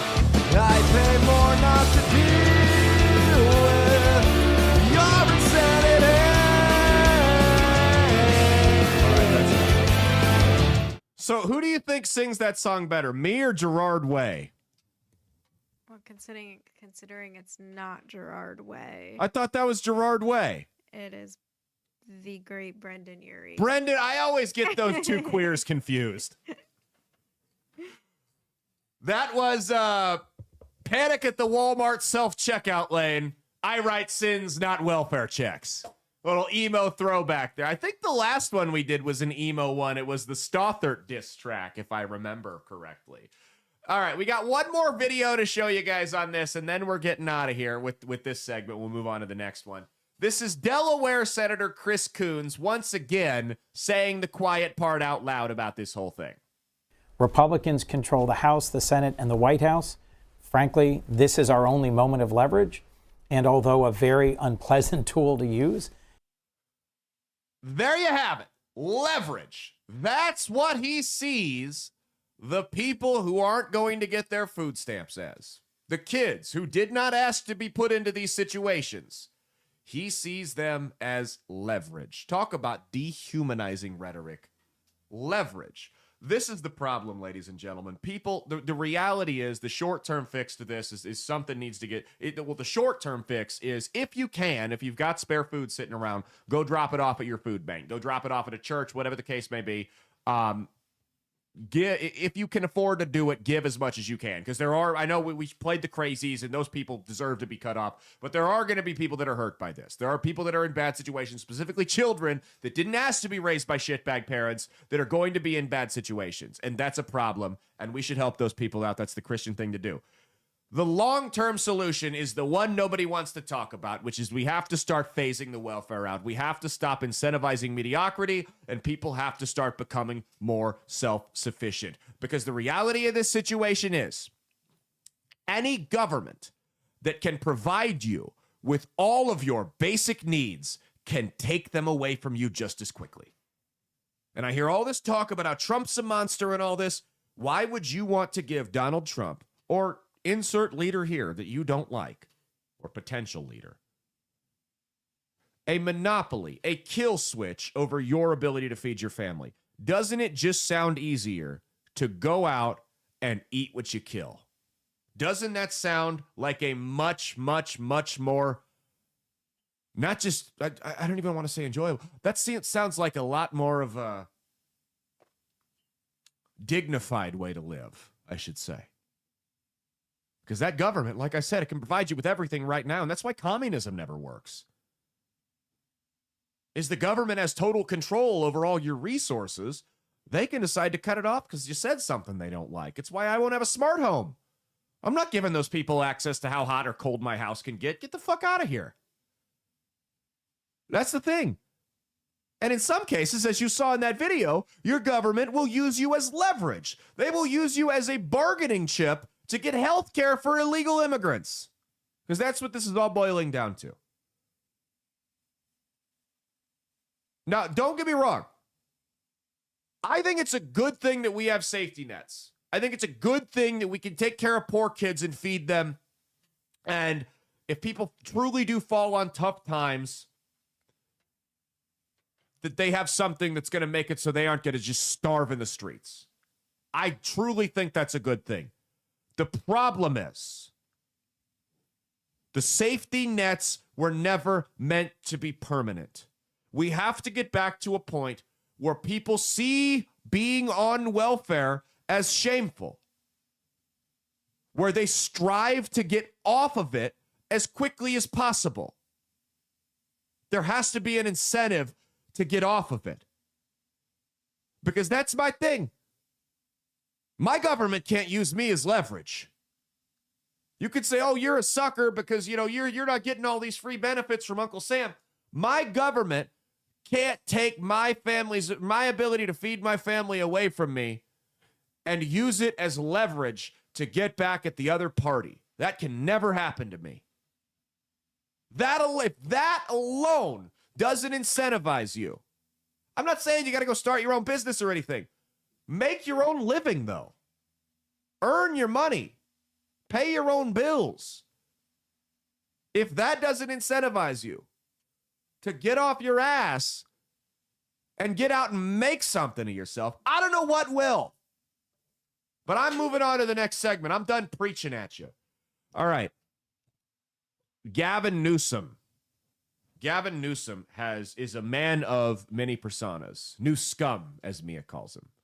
He's a man of many personas and a man of many faces. We're not going to get to all that segments today. It's fine, though.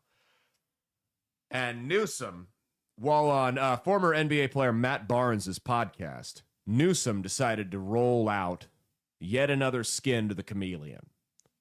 His hip-hop persona. Go ahead. But also, it was also about paying the bills, man. And it was just bills, like man. hustling. And so I was out there kind of raising myself, turning on the TV, started, just getting obsessed, sitting there with the Wonder Bread and 5 stacks of, it's like the White peanut Stack butter 5 and story. man.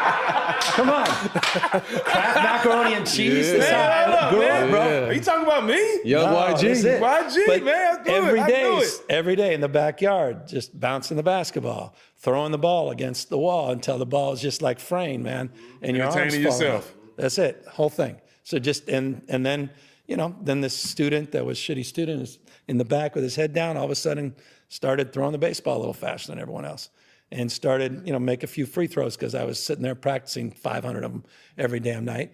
And in high school, I look up in the stands, my dad's back up there. Okay, dope. And it's like, man. And then he's bringing his friends, and you're captain of the team, and you're like, gee, and it just saved me, and it got me into college. Wonder Bread Newsom. I thought the bitch was white! We all did. Mia, have you ever had Wonder Bread? Yeah. Okay. That sounded like, okay. Regular, white, cheap white bread. Cheap white bread, yeah. Yeah. Did that not sound like one of your mom and uncle's res stories? Or not res stories, but growing up story? Yeah. Yeah. They're over exaggerated. Yeah. Yeah, I mean, so here's the thing about Wonder Bread is I remember getting Wonder Bread as a kid, and then as an adult, you realize, as you get older, you're like, oh, okay, now I know when my parents had money and when they didn't, because when they did have money, we would get Rotellas, and Wonder Bread was for when we were broke. Now I understand. It's like I understand having breakfast for dinner. It seemed like a treat at the time, and it was literally, no, all we have are eggs and milk right now. No, I get it though. Wonder Bread Newsom. What? That's what eggs, milk, and batter. That's all you need to make breakfast for dinner. We were gonna have breakfast for dinner the other night. That's because I was too lazy to go to the store, not because I was broke. There's a difference. I looked in the stands and my dad was there. That's what he said. Well, yeah, your dad probably wasn't there because he was out, I don't know, defending his close friend, the billionaire oil baron Getty family in court because he was their head lawyer. Maybe he was doing that. It's like Newsom went on Tubi, not even Netflix, Tubi, and watched a movie about a black teenager from the hood and just took notes because he was going on that podcast and he's like, this is going to be my life story. I got the Wonder Bread and the mac and cheese. That's the thing. And you ain't black.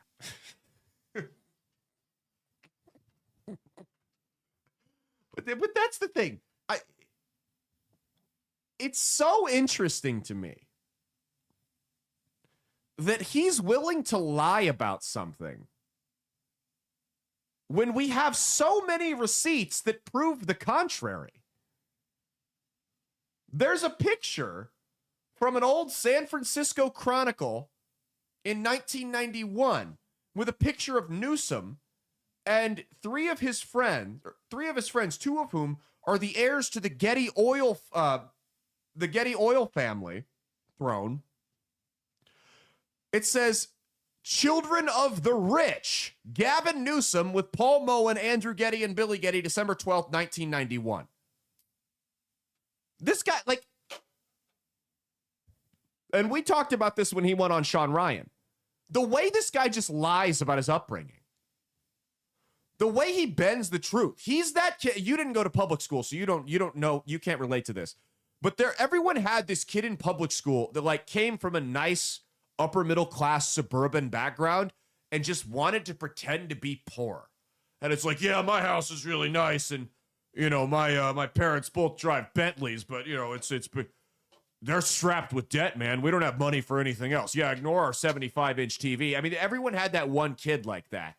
And that's what Newsom's acting like right now. When they asked Newsom, hey, your dad, when Sean Ryan asked him, said, hey, your dad was, you know, a lawyer for a multi-billion-dollar oil tycoon. Like, how did he not have any money? And Newsom's comeback was, well, you know, he just donated it all. He gave it all away. Oh, perfect. That makes sense. Gave it all away, you know, on cars and houses and his son's private school. Things like that, right? I'll tell you, the only thing about that story that I believe is that Newsom was a shitty student. I believe that 100%, no doubt in my mind. No doubt Newsom was a shitty student. No doubt. Here's the thing with Newsom. I don't think Gavin Newsom knows who the real Gavin Newsom is. That's scary. It's not just that we don't know who the real Gavin Newsom is. I think this guy has lived a lie for so long that he doesn't know who the real Gavin Newsom is. That's someone that cannot take power, because that's someone, Tim Dillon put it perfectly, who stands for less than nothing. You can stand for nothing. That's something. Newsom stands for less than nothing. The man believes in less than nothing. Do you know who he reminds me of, Mia? Dan Scott. It's the sleazy, slick-talking politician. You can't kill Dan Scott. The con man. I mean, that's really who he reminds me of. New scum. Hip-hop Wonder Bread Newsom. He's just hustling. Didn't you hear him? He's hustling. It's about paying the bills and hustling. Oh, man. Hustling to and from classes at his, $5,000 a semester private school, right? Oh, boy. Oh, boy. All right. I think we got time for... Oh, fuck it.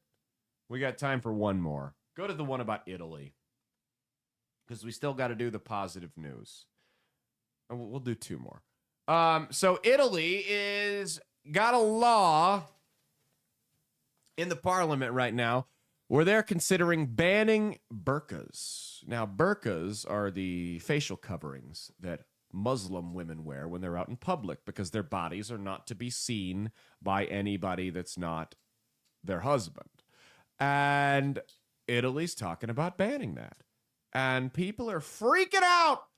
Oh, this is Islamophobic. It's xenophobic. It's wrong. How could they do this? Blah, blah, blah, blah, blah. And I'm like, guys, look, at the surface, I saw that. I'm like, I don't agree with that. But then I started to think about it a little bit deeper. Italy does not have the same protections for freedom of religion that we do here in the United States. Italy is a homogenous Catholic nation. If Italy wants to say, you don't get to practice that religion out in the open here, they can do that. Italy can say, hey, we want to maintain our... Italy has never been a melting pot up until the last couple of years when they decided to import the third world. If Italy wants to say, we don't want to lose our culture here, Italy has every right to do that. And I've told you guys this a million times. Tolerance only works when it's a two-way street. If you can't go to somewhere to an Islamic country in Africa or the Middle East and ring church bells without being stoned to death, why on earth should they be able to go do prayer calls in Europe? If you can't put a cross around your neck in Saudi Arabia or Yemen or somewhere without being hung, why should they be able to come to your country and practice their religion in public? If you're a Christian nation. Because, it's all fine and dandy that we can be tolerant and welcoming of other cultures, and that's great. But if they're not going to welcome you with the same open arms, then you have to start asking yourself, what's the ulterior motive here? Why did they come here and demand that we assimilate to their lifestyle, but we can't go there and even practice our lifestyle? What's going on here? That's how you get flattened. That's how you get conquested. That's how you get a soft crusade like you're seeing in Europe. And Italy's had a problem with this for years with migrants coming in there. And I think this is a way of just telling them, go do this somewhere else. We don't want you. We want the crime to go away. I don't have a problem with this. You couldn't do this in the United States, but I think Italy has every right to do this, and they should do it. I think these European countries, and it's not racist to say this, I think if these countries in Africa and the Middle East can have their own homogenous culture that doesn't welcome Jews and doesn't welcome Christians and doesn't welcome anyone who's anything separate from the Islamic regime that's in power, then we can do the same thing. We can say, no, we're a Christian country. You can come here. You can do it in private, but none of that public shit. No, you don't get to do that here. We don't want to lose our culture. Our culture, our religion, our faith is important to us. You don't get to come here and push that bullshit on us. I would support that. I think Italy's right to do it. I think more countries should adopt that in Europe, and more Christian nations should defend their culture. Because if we don't start doing that, you're going to see this soft crusade take over all of Europe. These wars between Christianity and Islam that you saw, 1,000 years ago, they never ended. Everyone thinks, they ended in a stalemate and the Muslims went back to their countries and the Christians went back to their countries and they just lived their separate lives. That's not what happened. The Muslims regrouped and said, we got to find another, because their religion requires them to conquer, right? So they regrouped. They went back to their home countries. They regrouped and they said, let's find another way to get at them. We can't take them over with military force. The Jews ain't worth the squeeze. Let's try something else. So they're doing what you see right now. Mass migration. Soft crusade. And by the time the Christian countries figured out what was happening, Pandora's shitbox had already been opened and there was nothing they could do about it. It's going to take some serious overcorrection, and it's going to take, I hate to break it to you, it's going to take leaders who have the balls to stand up and aren't afraid of being called Islamophobic, racist, anti-immigration. That if we want to save the Christian West, that's what's going to happen. Is leaders are going to have to step up and not be afraid of the bullshit insults that the media is going to hurl at them. It's real easy to do the right thing when everybody's on your side, or it's going to go unnoticed. It becomes real difficult when you risk your professional reputation to do the right thing, and that's what we need. And you saw that exact shit with Poland's prime minister a couple years ago. You saw, they asked Poland, when everyone was taking all the refugees in from all over the world. By the way, when they took Gaddafi down in Libya, he said, if you take me down, you're going... Gaddafi basically said, I am the last line of defense between Europe and the third world and the Muslim world. And if you take me down, you will not be able to control the flow of refugees across your border, and you will lose your culture. And sure as shit, the man was right. They killed him when I was in high school, and he was right. And even when I was in high school, I was kind of like, hey, isn't this going to create kind of a vacuum? Because, yeah, he's a bad dude. He's a dictator and whatnot. But And those guys kind of keep the wolves. That's a different part of the world. Those guys kind of keep the wolves at bay over there. And they kind of, sometimes you need a bad man to keep the worst men away. And sure as shit, I was right. In high school, I was right.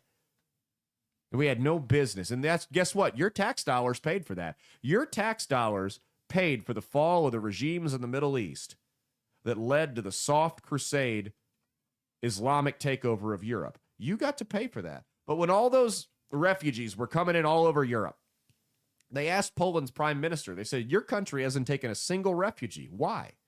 And he said, because the people here don't want me to.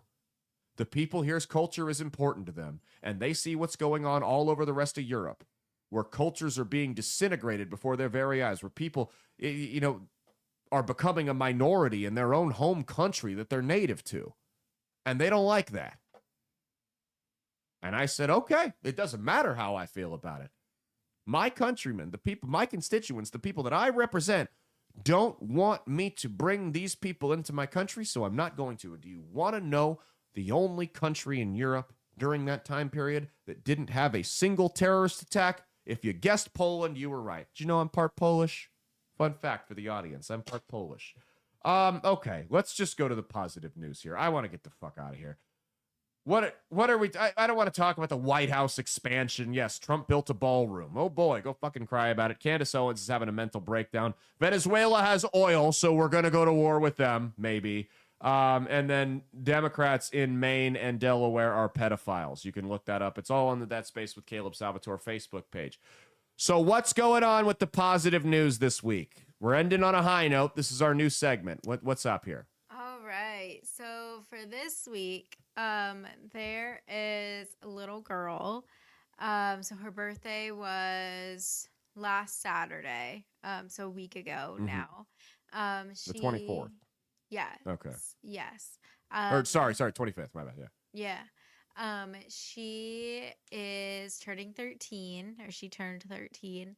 And she has like this rare disease, like super rare. Like only her mom said only like 100 some people have it. What is it? She said what it was. I don't really. Is it Kawasaki? Huh? Never mind. It's a like super rare. Anyway, sorry. But so her mom made a TikTok just asking like for some help. I was gonna play the TikTok, but it was like 7 minutes long. But she was just wanting some help because last year for her birthday, she had a party and no one RSVP'd, like no one went. And so she wanted to do something really special for her birthday this year. So she asked just like hypothetically, she asked her which celebrity she wanted to meet, or like if she could get like a message from any celebrity, like who would it be? Mm-hmm. And she said Lindsay Lohan, because the little girl's name is Lindsay. And she said Lindsay Lohan. Man, she shot for the stars. Well, she's like making a comeback. Is she? Yeah, she is. Because her movie because Freakier Friday came out. So she's like making a comeback. Is she off the sauce? Oh, yeah. She's like sober. She's like back to normal now. So yeah, she's like making a comeback. But yeah, so she said Lindsay Lohan. So the mom made a TikTok and she said that like if someone could like find a way to get this to Lindsay Lohan so that way she can like send her like a little message.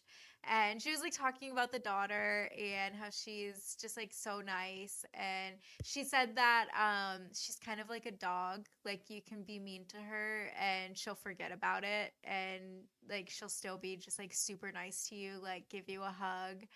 And I was like going through her TikTok and like looking at videos of the daughter, and she was just so sweet. Like she was so cute. And so then she posted an update, and she got this video. Lindsay, we have a big birthday surprise for you. Okay? Do you remember what celebrity did you tell me you wanted to meet? Do you remember? Who was it? Lindsay Lohan. Okay, I have a very special surprise for you. I want you to watch the TV, okay?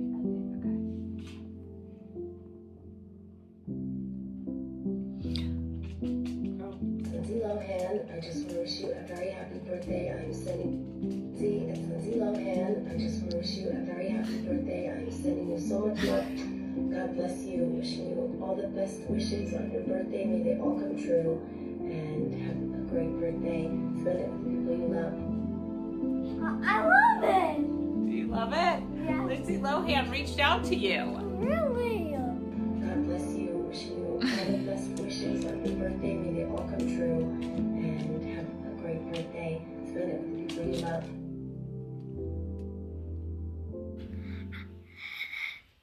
Thank you, Lindsay Lohan. I love you. Aww. And then here's the video that she sent. Hi, Lindsay. It's Lindsay Lohan. I just want to wish you a very happy birthday. I'm sending you so much love. God bless you. Wishing you all the best wishes on your birthday. May they all come true. And have a great birthday. Spend it with the people you love. Well, that's sweet. Yeah. I don't even have a joke for that. And then people also made her cards and stuff and sent them to her. And then companies were sending her gifts and stuff too. Like American Girl sent her a doll, and then other companies were sending her gifts. Should we send her a Make Asylums Great Again coffee mug? Yeah. Yeah. But They send it back.